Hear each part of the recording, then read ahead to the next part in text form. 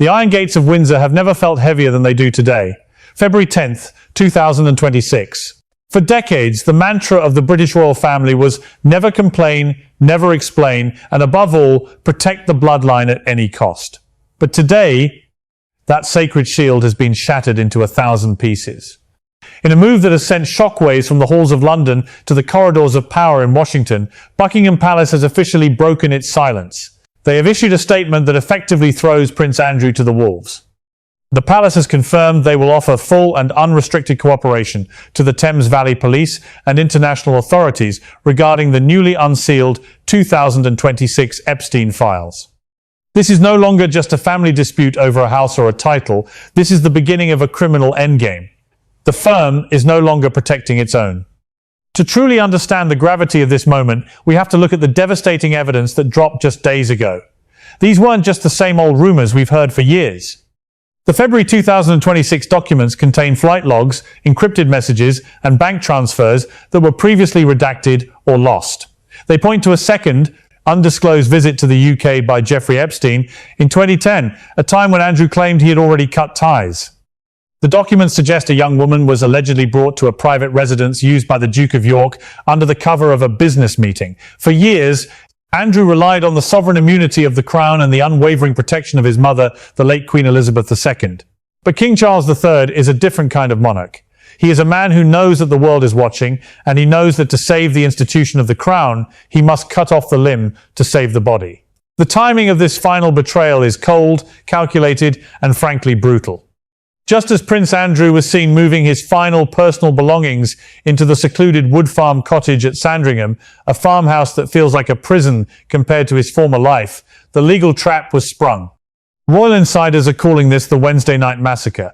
By publicly stating they will cooperate with the police, the palace is sending a clear message to the Home Office, the FBI, and the US Department of Justice. The Crown will no longer stand in the way of justice. No more taxpayer-funded security, no more expensive palace lawyers, and no more royal safe harbors where the law cannot reach. But let's go deeper into the why. Why has the king chosen this specific moment to pull the plug? The answer lies in the growing public anger over what experts call the two princes narrative. Look at the contrast. While Prince William is in Saudi Arabia right now, securing multi-billion-pound deals, discussing green energy, and acting as a global statesman, the shadow of Andrew was starting to stain William's future. The palace's internal polling reportedly showed a massive drop in support for the monarchy among the youth, specifically because of the perceived protection of Andrew. King Charles realizes that they cannot soft-launch King William V if his disgraced uncle is still lurking in the background of a criminal probe. By abandoning Andrew now, Charles is clearing the path for his son. He is ensuring that when William eventually takes the throne, the Epstein shadow is buried deep in the past, alongside Andrew's destroyed reputation. Now, let's talk about the legal reality.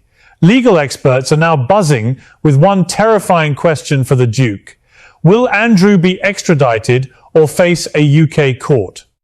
The Thames Valley Police are reportedly reviewing new witness statements from former palace staff who have finally been released from their non-disclosure agreements. If they find enough evidence for a criminal charge on British soil, we could witness the first ever criminal trial of a senior royal in modern history.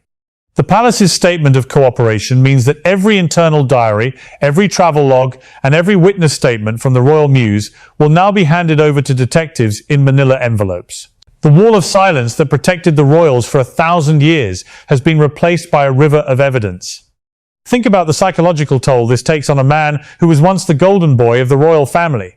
Andrew has spent his entire life believing he was untouchable, that his blood was blue enough to wash away any sin. He fought for years to keep his 30-room mansion Royal Lodge, believing his status as the king's brother would act as a permanent shield. But in the cold light of 2026, he finds himself in a small farmhouse, watching the news as his own family gives the green light for his interrogation. This is the ultimate isolation. He isn't just a spare anymore. He is a liability that has been neutralized and discarded. The world is also looking at Prince Harry and Meghan Markle in this moment. How does the palace abandonment of Andrew affect them? Some say this sets a dangerous precedent that the king is willing to sacrifice anyone for the sake of the firm. Others argue it proves that the king is fair, that he is holding everyone, even his favorite brother, accountable to the law. If Andrew can be handed to the police, then the rules of the game have changed for everyone. As the investigation picks up speed, we are entering uncharted territory. This isn't just about Andrew's guilt or innocence anymore. It's about the survival of the monarchy in a world that demands absolute transparency. King Charles is showing that the crown belongs to the people, not to the family members who disgrace it. He is redefining the monarchy for the 21st century, a version where duty, morality, and the rule of law come before blood ties. So, as we watch the police cars pull up to the gates of Sandringham, we have to ask, is this the final betrayal, or is it the only way to save the British monarchy from total collapse? Can the crown survive the spectacle of a criminal trial, or has Charles started a fire that will eventually burn the entire House of Windsor down? The era of royal protection is officially over. The gates have been opened from the inside, and for Prince Andrew, the man who thought he would always be a prince, there is nowhere left to hide. The secret weapon of the palace is no longer a PR team, it's the truth.